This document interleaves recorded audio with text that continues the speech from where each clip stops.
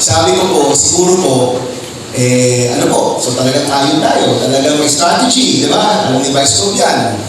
O, kung tayo po yung nag-8 to 10, na-expected po natin, siguro po, sasabihin po ni Vice Governor Joseph, kita mo ha, kami ni Governor Long, nagawa ka namin 8 to 10 dito, di ba, sa national.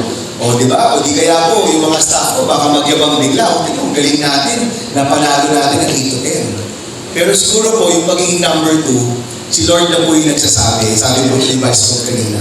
Si Lord na yung po nagsasabi, walang ibang makapag-number 2 sa'yo o hindi ako.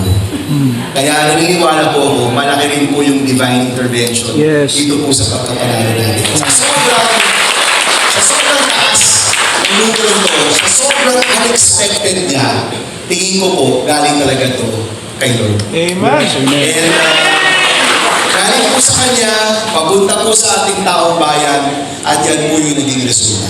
Kaya muli po, nagpapasalamat ako sa lahat po na nandito at napakarami pa po wala po dito. Tayong lahat po nagbuo ng pagkapanalo na ito.